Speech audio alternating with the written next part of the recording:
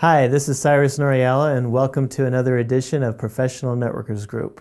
I'm here with a good friend of mine, Makay Mortensen.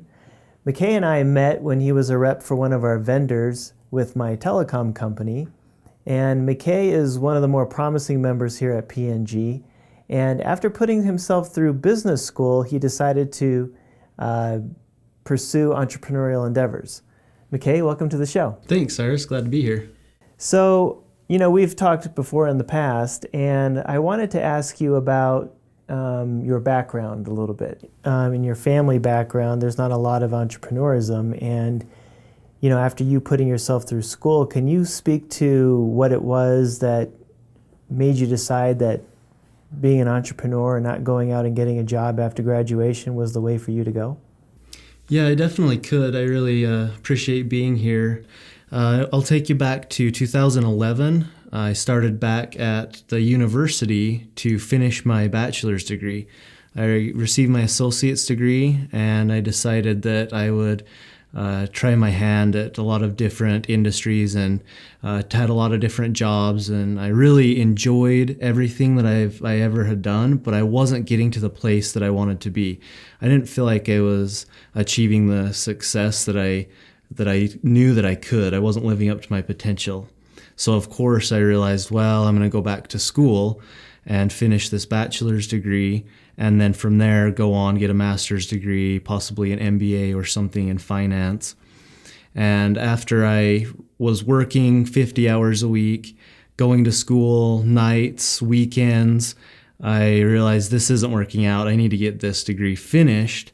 And so I quit my job, put all my efforts into finishing school, taking a double class load. And as soon as I was finished and I got my piece of paper, I was so excited and thought, okay, and now I'm going to get my reward. This is all going to pay off just like I've planned it. And boy, that didn't work out at all like I thought it would. I found myself in these endless string of interviews for entry-level positions that I was way overqualified for, and I had to just stop myself from storming out of most of them. And I realized this isn't what I wanted in life. And if I did find this dream job and somehow find that needle in the haystack, that's not really what I wanted either. And so I realized I needed to do something on my own and build something for myself. And luckily, I have people in my life who I could turn to, and they could mentor me and show me some of the ways that I could position myself to create success of my own, because I didn't want someone else trying to dictate what my value was and tell me where that I fit in. I want to create my own value and build something for myself that I don't have a glass ceiling or any ceiling whatsoever. Right. So, mentioning the paycheck and someone dictating your value, I know that some of our other members have said that they've had a kind of a mindset change with regard to how they view money. How has your mindset changed with regard to money? Have you had a mindset change with regard to income and what that really represents to you, what you would do with money and your income once it's received? Absolutely, and it's very interesting because I've had conversations quite recently with family members and friends of mine, and I've tried to talk to people about what they can do to build something for themselves, and everyone seems to always come back to, well, how much is this going to cost me? And I just kind of scratch my head and have to form a response, say, well, it's not necessarily going to cost you anything. There may be an initial investment, but why are you looking at it in that regard rather than looking at the exponential return on this initial investment? And I start to think, well, do you not believe in yourself? Do you not have the understanding that if you put in as much effort into something of your own, that you've put into a job, an occupation, building some career, and making somebody else a massive amount of wealth, why wouldn't you get a payoff that goes directly to you when you make that switch? But it's really hard for people because it's been ingrained in them their entire lives. And that's the whole purpose behind business, is you can put your intelligence and your hard work into an endeavor and be able to see a benefit that's much greater than being able to just go to work and be a very skilled person. And it's not really about the money that it takes up front. A lot of folks just view money as, well, as soon as I get money into my possession, then that's as far as it goes in my mind. Now I can either save that money and just put it away for a rainy day, or I can spend it. And it kind of just becomes something that is expendable and nothing more. They don't see money can be something utilized to create wealth. And yeah, it takes a little initial investment, and you have to be very unique in coming up with new ways to find money sometimes. But it's out there and you can do it. It doesn't matter where you're at in life. If you have $100 to your name, or maybe you have $100,000 to your name, there's a way to be an entrepreneur. And you have to start with looking at money in the right regard and not looking at it as, well, I have two options. I can save it for a rainy day, or I can spend it. And that's the only way I look at money. Then you need to change your thinking. You know, a lot of times people view entrepreneurial pursuits as get-rich-quick schemes, or they think it's a way of making something happen right away. What's your view in terms of this being a long-term play? I know we talk a lot about mindset, and once you learn something, you can't unlearn it. And so you've got this mindset going now. How do you view employment? I mean, do you picture yourself being employed for some specific purpose down the road, or is it something you think you've abandoned altogether? That's a great question, and without hesitation, I can say it's something that I believe I've abandoned altogether at this point. And because I talked to some of the partners that I have for some ventures that I'm doing in business, and we bring up the fact that if we were to be in a position where someone would offer us a six-figure income, we chuckle and say, well, I would turn that down with no hesitation. And so it's more of a long-term play. And you can see if you have the vision to understand the possibilities of betting on yourself rather than taking the road most traveled and kind of the safe route, if you will, and having a steady paycheck. If you're willing to tolerate a little bit more risk, then you can get an enormous amount of reward. And once you kind of get your mindset going down that track, there's pretty much no coming back from it. And that's the kind of stories that I know we've talked quite a bit about, different individuals who have lost their fortunes and then they make it all over again.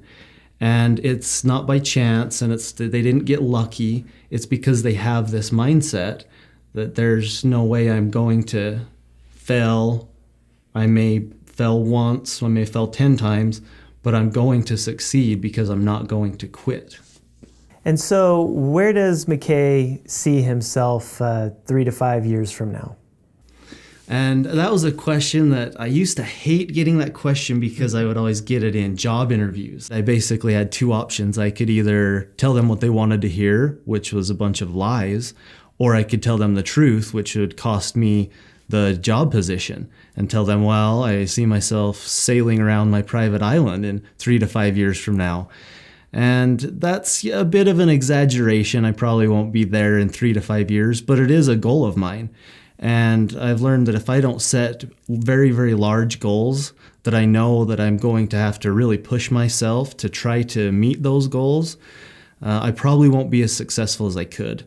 And so it's a little bit of the dreaming exercises and thinking outside of the box and what's normal. I used to just think, okay, well, I want to be able to have a house and maybe pay that off in under the 30-year mortgage that I'm going to get. And my goals were just so small. And my thinking was small, and I just fell in line with everyone else, my friends and family, everyone around me, my classmates. And I just wanted to be, someone that walked the streets and never stood out. And it took a lot to change my thinking in that regard, but now that I have, I'm so glad, because I could never go back to thinking the way that I used to. So you talked about sailing around your own private island. How much of your visions or your dreams do you think play into the part of you deciding to become an entrepreneur or in dictating what your goals and mindset are? I'm very glad you asked that, because that's one of the most important things that's changed with my mindset. I had very, very small goals, and today those goals are not very small. And I think I was trying to just stay right in line with everyone around me, every one of my coworkers and classmates and all of my family members and folks I grew up with. Think, all right, well, all I want to do is be able to buy a house. Maybe I'll pay it off in under the 30-year mortgage time, and just have a simple life and have enough money to pay my bills, and I'll be happy. And now I look back and I just think, I can't believe I ever had that mindset. And it's because when we're young, we have this ability to dream. And it's these dreams that get shot down over time, over the course of one's life. So you stop dreaming. Someone will tell you, oh, you're not going to be able to achieve this level. And whatever it may be, if you want to be an astronaut or president, or if you want to be a professional athlete, you'll have plenty of people who will tell you you're not going to be able to do that. The world kind of teaches you to look at people who are wealthy in a negative way and think, well, that's evil in some way to be a wealthy person. And it's the opposite. The wealthy people, they are the people who provide jobs. They're the people who keep the economy really going. And they're the people who can help others. And I want to be in that position. And so I've really had to change my mindset, change my thinking, be able to dream again, and be able to look at things and go, all right, I have to relearn a lot, because the world teaches us things that are absolutely not true. And I've now realized, okay, I want to be in a position to help others, and I can see myself going that direction right now. And there's only one way to do that, and that's by first helping myself. If I can't help myself and stand on my own 2 feet, let alone be able to help others because I'm in a position to do so. What would you say to anybody who's watching here right now, who's thinking about becoming an entrepreneur, but doesn't really know what they should do to get started?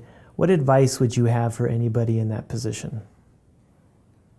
If I could give advice to, say, a younger sibling of mine or one of my nieces or nephews, or even go back in time and give advice to my younger self, I would definitely say entrepreneurial endeavors are for anyone in any walk of life.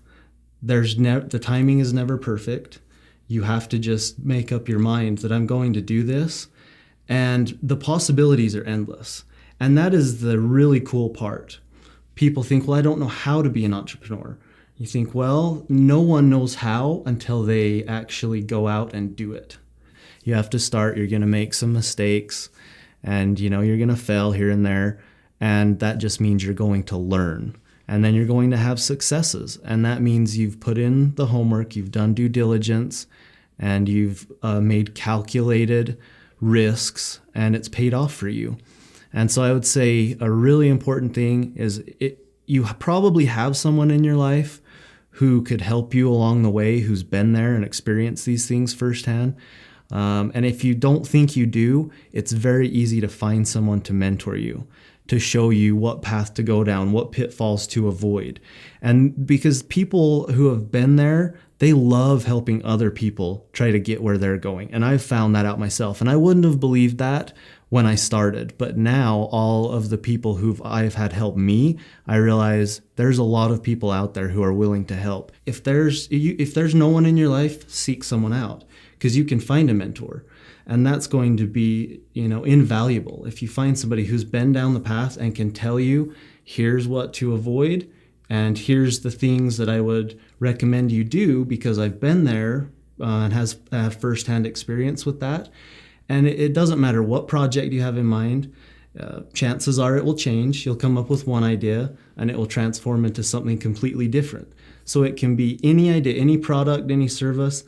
You can invent something new that the world's never seen before, or you can just change something a little bit to improve it, and there's just no end to the possibilities of becoming an entrepreneur. Well, McKay, I want to thank you very much for your time. I know it's valuable. And for those of you watching here at PNG, thank you for watching this latest episode.